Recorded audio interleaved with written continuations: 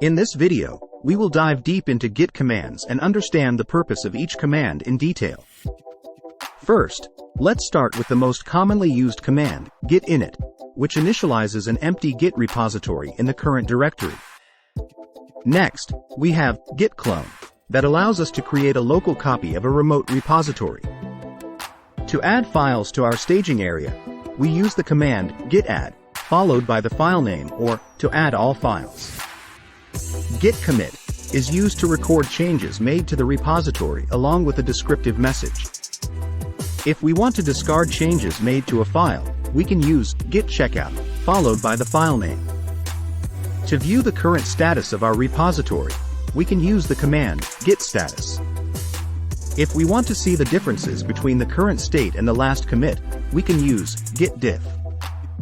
When we are ready to push our changes to a remote repository, we use git push, followed by the remote name and branch name.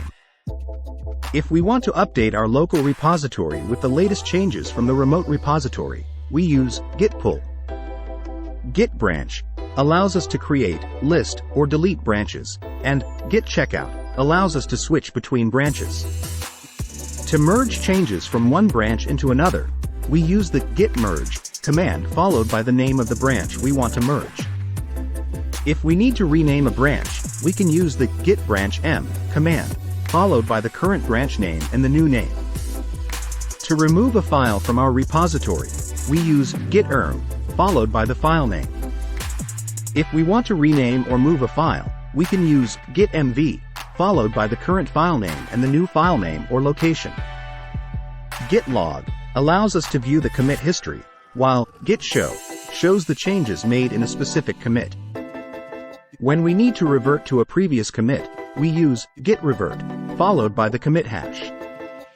To merge a specific commit from one branch into another, we can use git cherrypick, followed by the commit hash.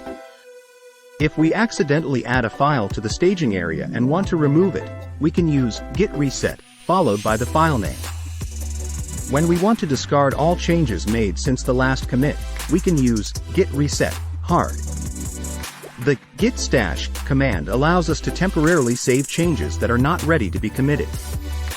If we want to apply the changes stored in the stash, we use git stash apply, or git stash pop, to apply and remove it from the stash.